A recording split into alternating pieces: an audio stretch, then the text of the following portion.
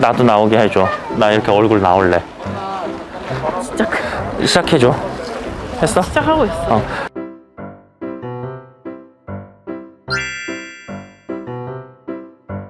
네, 여러분 안녕하세요. 절턱 낮추기 프로젝트 저절로 간다 의 홍위키입니다. 지난 1편에서는 우리가 요 앞에 있는 조개문과 천왕문과 부리문까지 올라오는 거를 촬영을 했었습니다. 이번 2편에서는 멋있는 산세와 감상에 방해가 되는 홍위키부터 시작해서 보제루로 들어가 보겠는데, 제가 1편 마무리할 때 뭐라고 말씀드렸는지 혹시 기억이 나시나요? 안녕. 2분 전에 얘기했는데 기억이 안 나시는군요. 예, 편집상으로는 한 3, 4주가 걸려 있기 때문에 아마 기억이 안 나실 겁니다.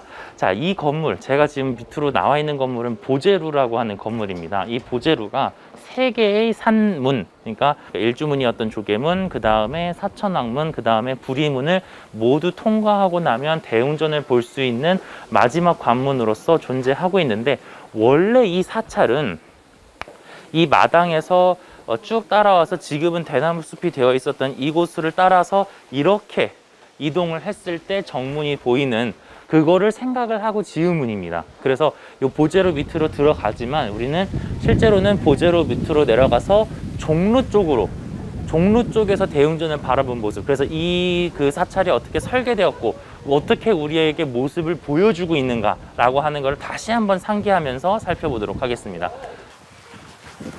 자, 그럼 보제루 밑으로 한번 들어가 보시죠. 네, 여러분 2부를 본격적으로 시작하겠습니다. 뒤에 있는 대나무 숲은 아까 제가 인트로에서 보여드렸던 그 대나무 숲이고요. 자, 여기에서 올라오는 길이 이 범어사를 감상할 수 있는 가장 좋은 길입니다. 그래서 여러분들 원래는 보제루 앞에서 이렇게 올라오셔서 대웅전 보시고 와 이쁘다 이러고 가시는데, 그러지 마시고 여기에서부터 차근히 이 카메라 앵글을 그리고 저를 한번 따라서 감상을 해보세요. 자, 먼저 여기에서 바라보게 되면 가운데 있는 마당에 요 밑에 니은자, 절이 이렇게 생겼는데 요 니은자에 해당하는 심검당이 먼저 보이게 될 겁니다. 여기 종로와 심검당이 먼저 보이게 되는데, 여기에서부터 천천히 저 끝에 있는 사찰 그 건물부터 보일 겁니다. 저 제일 끝에 있는 게 팔상전, 독성가, 그리고 이제 나한전이 보이고, 그 다음에 지장전이 보이며, 그 다음에 대웅전이 모습을 드러내고, 대웅전 오른쪽에 있는 지장전까지, 그리고 마지막에 미륵전과 비로전이 오른쪽에서 자리를 매김하는 니은자와 기역자의 구도 중에 요 구멍 사이를 통과하는 루트가 바로 이 루트입니다. 이렇게 보셨을 때 범어사가 한눈에 들어올 뿐 아니라 범어사가 지어져 있던 초기의 구조를 가장 잘 감상하실 수 있습니다. 네, 그래서 여러분들 가장 잘 보이는 이 루트를 따라 오시게 되면, 자, 왼쪽에서부터 팔상, 독성, 나한전이 3가지가 한 건물에 있는 그 건물에서부터 그 라인이 지장전 위로, 그리고 그 지장전 윗지붕 라인이 대웅전의 처마와 맞닿게 되고요. 이 대웅전의 끝에 있는 이제 용두가 있는 그 부분은 이 산세와 전반적으로 맞닿게 됩니다. 그래서 감상할 수 있는 포인트가 굉장히 많지만, 대웅전의 정면에서 바라보시기보다는 대웅전의 우측 측면에서 이렇게 바라보셔서 이쪽 있는 건물들이 하나의 라인을 이루고 있다는 걸 보시면 되는데, 그게 가능했었던 이유가 대웅전보다 지장전이 조금 더 뒤로 가 있고, 지장전보다 제 이름 너무 어렵다. 팔상, 독성, 그 나한전이 조금 더 뒤로 가 있기 때문에 원근법에 의해서 쟤네들이 하나의 라인처럼 이루어져 있는 것입니다. 그런 다음에 왼쪽에 있는 심검당의 라인과도 건물 높이가 거의 맞아 떨어지고 있죠. 더 들어와 볼까요? 이제 한번 석탑을 감상해 보도록 합시다. 네, 탑은 기본적으로 부처님의 진신사리를 모셔놓거나 부처님의 진신사리를 모실 수 없는 경우에는 그거를 대체할 수 있는 물건을 넣게 되는데, 여기에는 전해지기를 부처님의 진신사리가 10여 과 이상이 들어가 있다고 합니다. 우리 과라는 표현, 지난번 월정사 편에서 배웠던 사리를 사는 단이었죠. 자, 이 3층 석탑의 경우 그런데 조금 안타까운 것은 시대는 오래됐습니다만은 완벽하게 남아있지도 않고, 그리고 무엇보다 조형미가 다소 떨어진다라고 하는 단점이 있습니다. 훼손이 많이 되지는 않았는데 위에 있는 우리 월정사에서 보면 머리에 이렇게 쇠막대기 꽂은 다음에 보물이 이렇게 막 달려 있었잖아요. 그게 저기 어디니 가문사지 같은 데 가면 보물이 다 떨어지고 막대기만 남아있다 이렇게 말씀을 드렸잖아요. 여기 같은 경우에는 다 실종이 되고, 맨 위에 있는 보주만 남아 있는데, 그것도 심지어 이렇게 올려져 있어야 되는 것이 지금 이파리가 밑으로 내려가 있습니다, 맨 위에. 그래서 저거는 아마 보수하는 과정에서 어떻게 해야 될지 모르고 그냥 엎어져 놨거나 아니면 전시하기 어려워서 해놓은 걸로 보이고, 자, 요거를 처음 보셨을 때 여러분들이 느꼈던 것은 조형미, 그러니까 비율이 잘 안 맞다라는 느낌이셨을 겁니다. 맨 밑에 있는 게 이게 1층이 아니라 이게 기단인데, 기단이 지나치게 크게 형성되어 있고 1층의 크기가 너무 크고 2, 3층의 높이가 서로 비슷하게 되어 있죠. 그래서 1층의 높이가 조금 더 작거나 아니면 기단의 높이가 조금 더 작았다면, 반대로 2, 3층의 높이가 조금 더 컸다면 아마 조금 더 조형미가 있는 석탑이 되었을 것입니다. 그나마 그래도 원래 여기가 신라 후기 때 지어진 것으로 알려져 있기 때문에 여기 주변에 있는 사찰들이 많이 불타요. 막 뭐 이렇게 툭 하면 불타고, 여러 차례 중창을 하고, 특히 임진왜란 때도 불타고, 그리고 이제 임진왜란 이후에 또 지었다고 또 불타고, 이제 광해군 전에도 막 불타고 막 그러는데, 광해군 때 중창하고 나서 다시 20세기 초에 중창할 때까지도 얘는 계속 굳건하게 자리를 지킵니다. 그래서 얻을 수 있는 교훈은 그거죠. 돌은 불에 타지 않는다. 물론 돌도 이게 녹기는 녹습니다만, 높은 열에는 이렇게 나무들보다는 훨씬 더 잘 견디기 때문에, 우리가 지금 보고 있는 건물들 중에 가장 오래된 건물들은 한 200년에서 한 300년 정도 된 건물들이고, 얼마 안 된 건물들은 100년이 채 되지 않은 건물들도 있는데, 요거 같은 경우에는 이제 1000년 이상을 견뎌온 탑이다 라고 말씀드릴 수 있겠습니다. 그리고 이제 그나마 다행이라고 말씀드렸던 게, 얘가 원래 기단이 밑에 하나가 더 있었어요. 일제강점기 때 얘가 밑에 기단이 하나 더 있었는데, 그거를 약 8천만 원 정도를 들여가지고 3년 전 2018년이죠. 그때 이제 철거하는 작업을 거쳐서, 여러분들이 만약에 2018년보다 이전의 범어사를 찾았다면 요 모양의 석탑이 아니라, 자료 화면 띄워주세요. 요렇게 생긴 석탑이 아마 있었을 겁니다. 근데 지금은 이렇게 기단을 하나 내려서 그나마 조금 더 보기 좋게 해놓았습니다. 그리고 입구 초반에 들어오시면 주차장, 그 제일 범어사랑 가까운 주차장, 일주면 바로 옆에 있는 주차장에 보면 7층 석탑이 하나 더 들어가 있어요. 근데 그 7층 석탑은 1930년대에 지어진 석탑이고, 인도에서 넘어오신 스님이 간직하고 있던 부처님 진신살이 2개 괄을 모셔 놓았고요. 거기를 이제 개봉을 했을 때 실제로 부처님 진신살이로 추정이 되는 살이 2가가 발견이 되었던 것을 확인했습니다. 근데 그거는 지어진 지 얼마 안 된 석탑이기 때문에 따로 문화재로서의 가치가 그렇게 크지는 않고, 그리고 아무래도 일제강점기 때 지어졌던 석탑이다 보니까 여기에는 원래 이제 석탑이 있었던 거를 두고, 이제 거기는 이제 밑으로 내려가서 모시고 있는 상황입니다. 네, 이것으로 석탑에 대한 간단한 설명이 끝났고요. 저의 왼쪽으로 보시면, 여러분들의 우측편에 보시면 요런 돌기둥들이 몇 개 놓여 있습니다. 우리가 이렇게 비슷하게 생긴 거를 예전에 봉선사에서 본 적이 있어요. 혹시 그럼 이것이 무엇일까요? 장간지주? 라고 아마 여러분들이 생각하시겠죠. 여러분들은 아마 이거를 보시고 단간지주인가 라고 생각하셨을 겁니다. 물론 범어사에도 단간지주가 있습니다만, 단간지주는 기본적으로 사찰 경계선에 있거나 아니면 경계보다 더 앞에 있는 것입니다. 그래서 사찰이 지금 여기 있다는 걸 알려주기 때문에, 여기에 단간지주를 세워봤자 너무 늦어요. 사찰에 이미 들어와 있기 때문에요. 그래서 여기는 단간지주를 세우는 게 아니라 괴불대라고 생각하시면 되고, 괴불을 걸어놓기 위한 것이라고 보시면 됩니다. 괴불도 우리가 봉선사에서 본 적이 있습니다. 괴불이라고 하면 한마디로 빔 프로젝터를 쏘기 위한 스크린이라고 생각하시면 돼요. 이 범어사는 지금도 사실 제 주변에 굉장히 사람들이 많은데, 여기 안에서 다 대중들을 수용할 수 없으면 밖에다가 그냥 이렇게 불화, 탱화를 걸어다 놓고 법회를 진행했었습니다.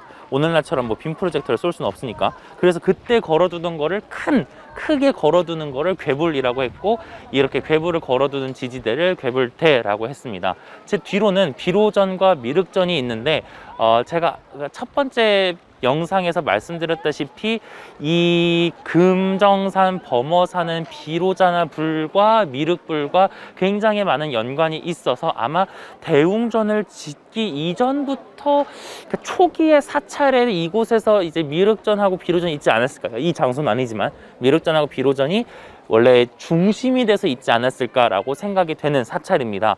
저 안으로 들어가시면 이제 한 가지만 조금 살펴볼 건데요. 이제 우리가 예전에 이제 수인에 대해서 조금 이제 살펴본 적이 있는데, 수인이라고 하면 부처님의 손짓으로, 손 모양으로 특정한 메시지를 주는 겁니다.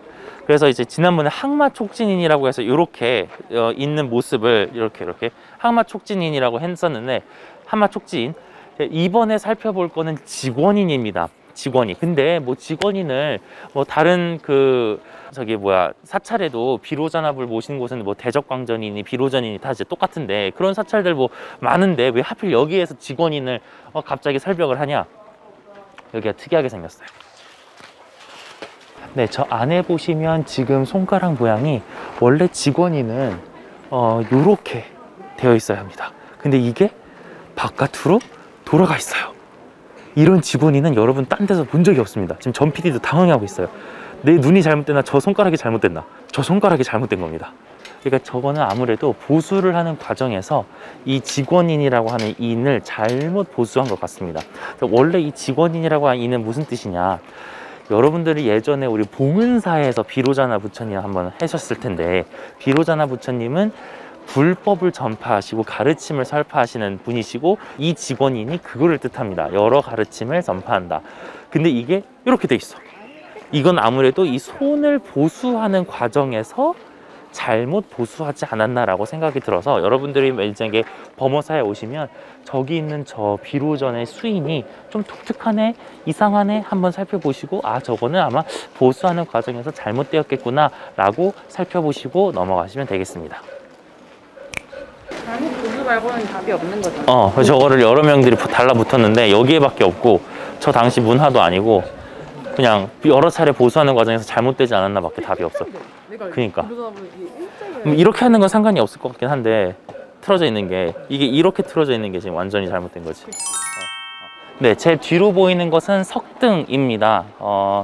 절에서 나와 있는 이 석등은 보통 사바세계를 밝혀주기도 하고 저승세계를 밝혀주기도 하는데, 아무튼 여기 안에 실제로 불을 넣기도 하고 불을 넣지 않고 그냥 그 자체로 상징물로도 사용하기도 합니다. 자, 요 석등이 옆에 보이는 석탑과 같이 같은 시기에 조성되었다라고 설명이 쓰여 있습니다.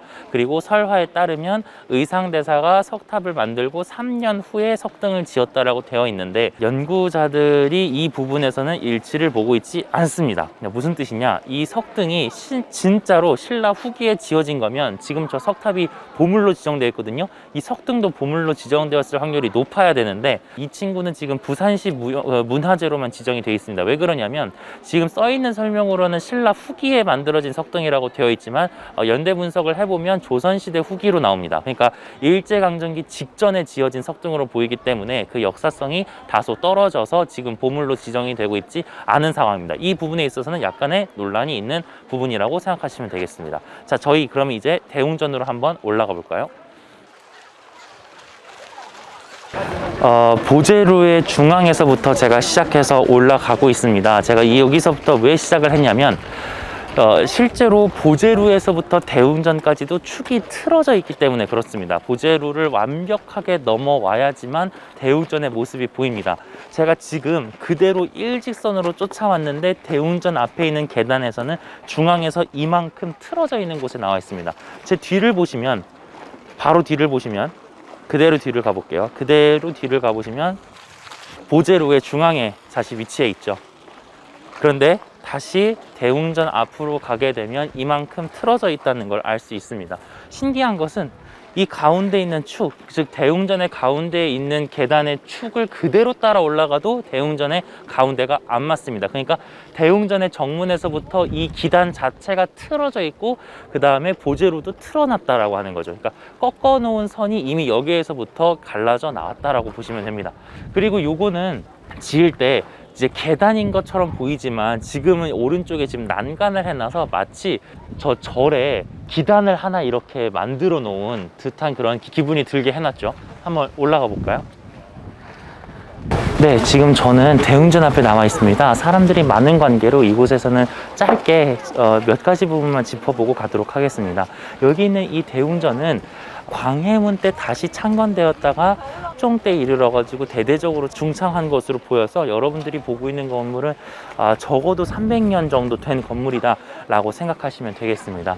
그래서 겉으로 보시면 굉장히 낡았다라는 느낌이 보이는데, 특히 가운데 부분이 여전히 밑으로 좀 이제 이렇게 하중을 많이 받아가지고 떨어져 내려앉아 있는 모습이 보이고요. 특히 안에 있는 저 안에 있는 보계라고 하죠. 덮개, 그리고 밑에 있는 수미산의 단, 이 모든 게 상당히 낡아 보인다라는 걸 알 수 있습니다. 겉에는 지금 몇 차례 보수를 한 것으로 보이는데 이게 특이하게 맞배 지붕이거든요. 대웅전은 웬만하면 맞배 지붕 안 하고 팔짝 지붕 쓰는데 여기서 지금 맞배 지붕을 써가지고 저기 반대편에 보이는 탱 하나 아니면 기둥을 봤을 때 지금 굉장히 낡은 옛날의 정치가 지금 그대로 느껴집니다. 네, 지금 시계 뒤에 보이는 그 기둥이 상당히 낡았다라는 부분 알 수 있겠습니다. 네, 여러분 깜짝 놀라셨나요? 우리가 대웅전 옆에를 좀 보려고 왔는데 제가 아까 말씀드렸다시피 대웅전이 팔짝 지붕이 아니라 맞배 지붕이에요. 맞배 지붕 위에는 이렇게 생겼어요. 보시면 옆으로 나와 있는 저 나무들을 처리하는 방법이 맞배 지붕이 좀 특이해요. 그냥 판을 겉을 이렇게 덮어놓고 그 안에는 불쑥 나오게 해놨죠. 그거를 그냥 이렇게 마감 처리하듯이 이렇게 덮어놓은 느낌입니다. 이게 맞배 지붕의 특징이죠. 이거를 길게 처마를 내리게 되면 팔짝 지붕이 되는데 대웅전을 이렇게 맞배 지붕으로 한 거는 좀 특이했습니다. 이것도 한번 다른 건물들하고 비교해 보시면 좋겠습니다. 자, 우리는 여기서 이제 촬영을 한번 마치도록 할 거고요. 다시 3편에는 팔상전이라고 하는 굉장히 독특한 건물이 있습니다. 그 건물을 살펴보는 것으로 여러분들을 다시 찾아뵙겠습니다. 찍고 있어? 나 이것만 찍고. 우리도 셀카 찍으면 안 돼? 카드? 얘 지금 촬영 중이니까. sorry. 찍어. 아니야, 시작합시다. 진짜. 너무 예쁘게 안 나온다. 한세가 다 나오면서 잘. 내가 필터구나.